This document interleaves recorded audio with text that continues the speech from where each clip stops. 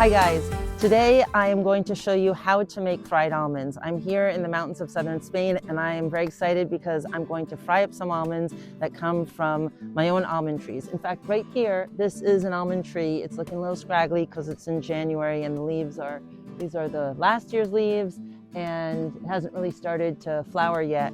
It's just the beginning of the season of flowering. So there's just a few trees here and there that are just starting to flower, but this one is not. This one's a little bit behind schedule. Actually, the schedule, it's a little early. I think they generally start in like late January and February, and we're in mid-January right now. But anyway, so I've got some almonds behind me. I'm gonna crack them. I'm gonna show you how you go. But if you're just interested in the final, like how to fry the almonds, because you already bought the almonds from the store, then just skip to the end and you'll get to the frying step. So as you can see, I just want to show you how cool it is. When they come off, they're not, they have this sheath on them. So like if I can find one that still has it like this. So they have sort of a coat around it when you pick it off normally, and then it opens up, and when this like outer coat starts to open up, that's when the almond is ready for picking, and then you just pull it out. But a lot of times that little outer coat just falls off by itself and you just have this hanging on the tree. Anyway, this is the almonds that you probably recognize in their shell.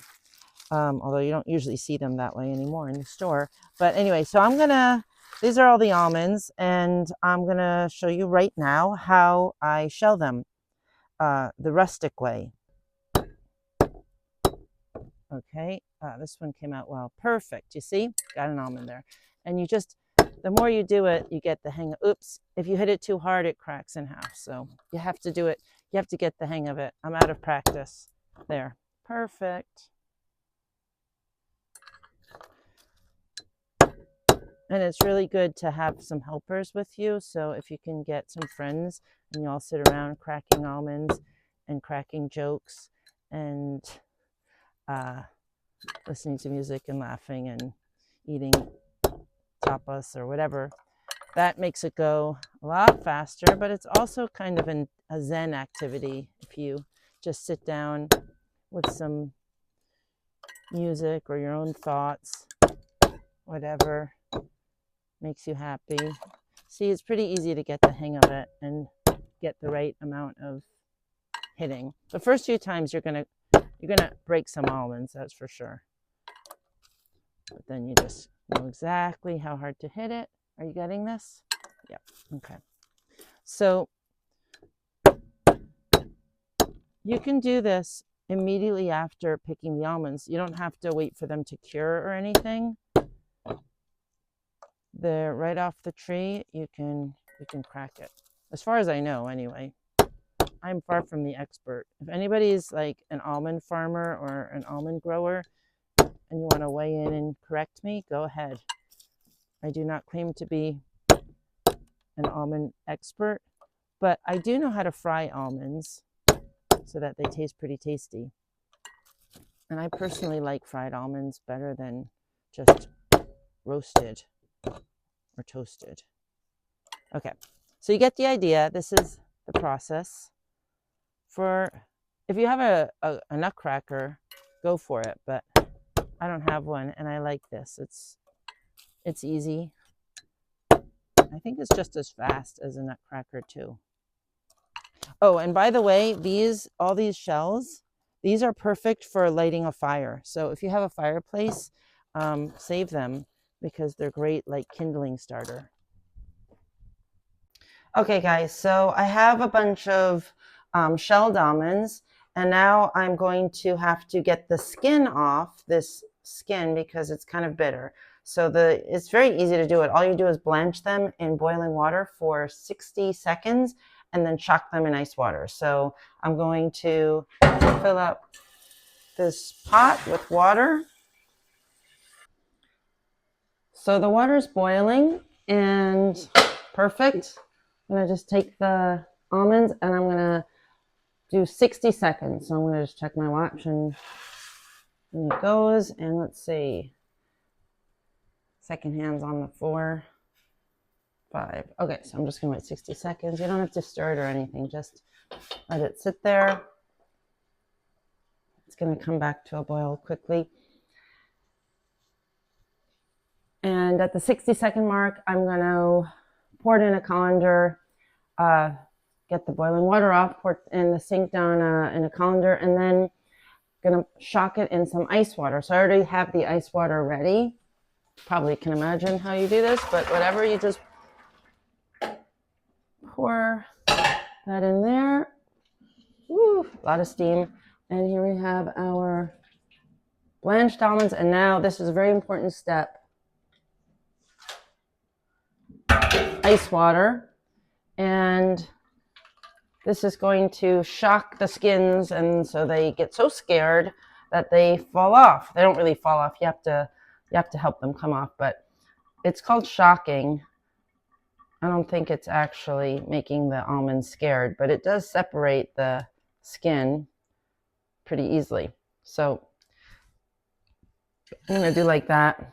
I usually let it sit for like 5 or 10 minutes because it seems like a little bit of sitting helps. And then I will just go like this. Can you see? You can see. Okay, so you just kind of rub it, the skin comes off, and the almond goes there. And you can have them sitting here for, I've had them sitting for like an hour, and the skin comes off the same. I used to worry like, oh, do you have to do it like within a certain amount of time? But it seems like it comes off. Actually, I think if you wait a few minutes, it gets a little bit easier. Yeah, you see it's already getting easier. Just kind of slips out like it's a pillowcase, and you're just slipping it out of its pillowcase. I'm guessing that probably the skin has some kind of, nutrients, and if you were really interested in getting the most health out of the almonds, some people might say that you keep the skin on, but I don't know if that's true or not. I'm just guessing that oftentimes the skin of things has a lot of the vitamins and minerals and nutrients. But since I'm all about flavor, and I figure if I start with good raw ingredients and I make it taste really good with good raw ingredients, then I don't have to worry so much about where the minerals and vitamins and nutrients are coming from. I'm just very flavor oriented. So where's the fun in eating something that's healthy if it doesn't taste good? There's no fun in that. I don't think my body's gonna want to take the nutrients out. I think my body's gonna take more nutrients out if it's happy. And oops, there goes flying almond. Oh, okay.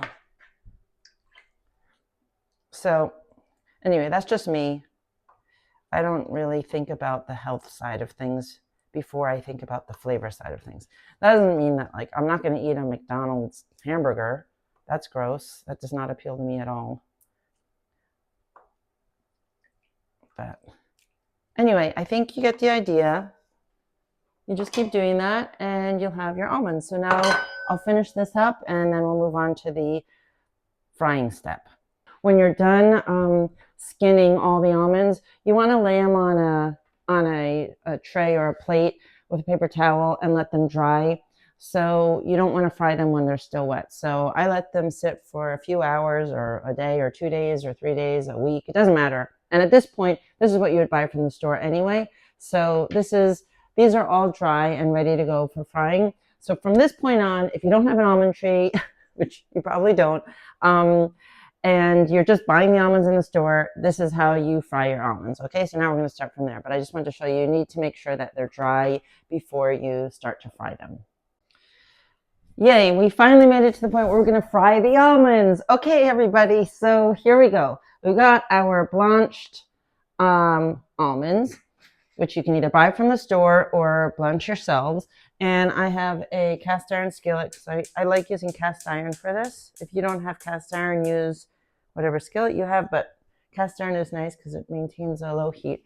So I'm gonna, it maintains kind of a consistent heat. But anyway, I just love my cast iron. So I've got my cast iron skillet. I'm going to heat up some olive oil. I would recommend using olive oil for this rather than another oil. I have some olive oil from the last time I fried almonds, so I'm just going to reuse it because it's already got some almondy flavor. And just going to heat that up on like medium low. When it starts, I'll start on medium and then I'll lower it. And then I'm going to, you can add the almonds even before the oil starts getting hot, doesn't matter. Okay. It's just gonna sit there and bathe in the oil. So it should be a good amount of oil. This is not quite enough. I want it to be kind of immersed, bathing in the oil. So I'm going to use some new olive oil. I'm going to use some Sabioliva. This is my favorite olive oil in the world. It comes from a cooperative in Spain, in Jaén, in the Jaén region. Why is this thing like that? So I'm just going to pour it in. There. I want it to be like that. I want it to be not, this isn't like deep frying. It's just, I want them to be surrounded by the oil. Now, another thing that I do, just for fun, I don't always do it, is add rosemary. So it's sort of rosemary flavored olive oil. And let's see. I've got some rosemary here. I picked this from outside, so that's why it looks a little funny. But this is wild rosemary from the mountains. I don't even pull it off the spray. I'm just going to throw it in there just to infuse the oil with a little bit of rosemary flavor. Now it's starting to get hot, so now I'm going to turn it down to low, very low. Lowest heat. And now the important thing is that you keep moving it because they're going to start to toast up pretty quickly. You see they're already starting, so you got to keep moving it. You know what I'm going to do? I am going to cut my rosemary things in half because they're getting in my way. There. Okay. And now just keep moving them around. Very, very low heat. You want them to get gently toasted. Some of them are going much faster than others, which is not ideal, but that's okay.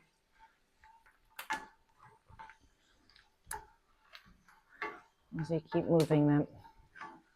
If you have a burner that does like super low, like this is not my lowest, I might move it over to, I'm going to move over to this one just because this one has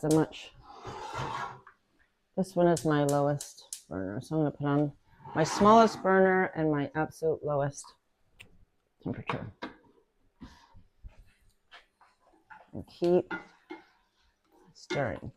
In all, it's going to take 5 minutes, 6, 7, not more than that. And around this stage is when I season with salt. Some people might salt it when they're all done, but I like to salt it as they're frying and be quite generous with the salt because fried almonds and any really fried nuts or toasted nuts, they want to be salted. To your own taste, of course, but I tend to like things on the well-salted, well-seasoned side. Coming along. Some of them are looking perfect. Like this one is perfect. That one's perfect. But the other ones aren't, so I'm not going to go in and start picking out the ones that are done. Although if you could, if one's starting to get more done than the other, you could just start. But right now, this is why you really want to have the oil kind of up to the level of the almonds. So they're really just absorbing that olive oil. And what kind of olive oil? Well, The best, most flavorful, earthy olive oil you have that isn't going to break the bank. So like I wouldn't use an olive oil that was like full of nuancy flavor and subtleties and that are all going to go away once you heat it. I use an olive oil. Savia Oliva is just really robust flavor, and I use it for everything, actually. Frying, so bread, salads. Now, if it looks like a lot of olive oil to you and you're, freaked out by that much oil, don't worry. It's just on the surface. It's not like these are not super oily inside. And of course, we're not going to throw out the extra oil. We're going to save it. We can save it to make more fried almonds, or we can save it for anything else, for other kinds of cooking. Or you just have some almondy flavored oil for your salad. So if you like your almonds lightly brown, then you can take them out at this point. I'm going to push it a little bit further. It's really up to you, but at this point, they could easily be taken out. But the longer you take them, of course, the more kind of toasty, caramelizing, browning flavors you're going to get, the more of that yummy sweetness. So this has been maybe, 5-7 minutes? Doesn't take very long. Almost there. Super close, maybe another minute or two, and we're going to take them out. And what do you do with these? Well, you just snack on them, put them out for tapas or appetizer snacks with the drink, cocktails. Put them in your salad. Just keep them in the pantry and pull them out whenever you want to have a nutty something. But this is like a classic to go on a table for appetizers. Some of them are perfect, but there's still a few that are kind of pale. I'm gonna let it go a little bit more.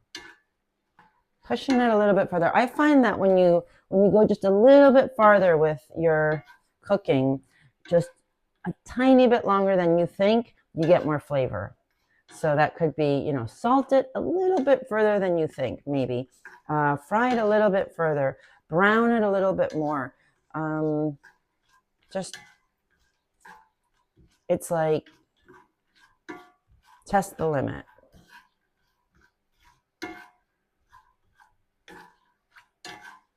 And then when we take these out, they are going to continue cooking a little bit, so they get a little bit darker once you take them out.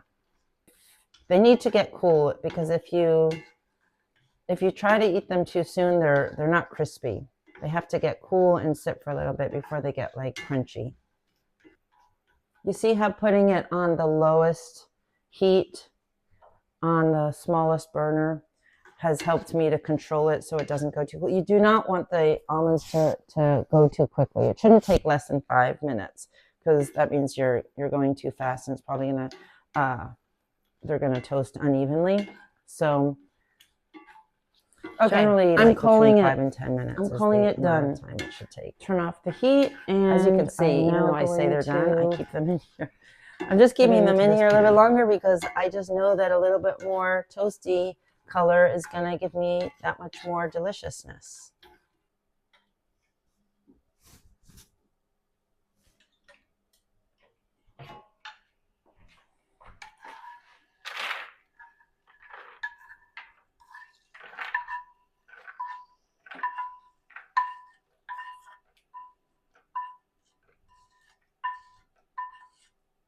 Okay, I'll let the oil cool. At this point, when they're out of the pan, I give them another seasoning of salt. When they're still warm, and the salt will kind of stick to it. And again, I'm pretty generous with the salt. Here are the finished olive oil fried almonds. They look fantastic. I'm gonna try one. They're glistening and delicious. I'm gonna try one.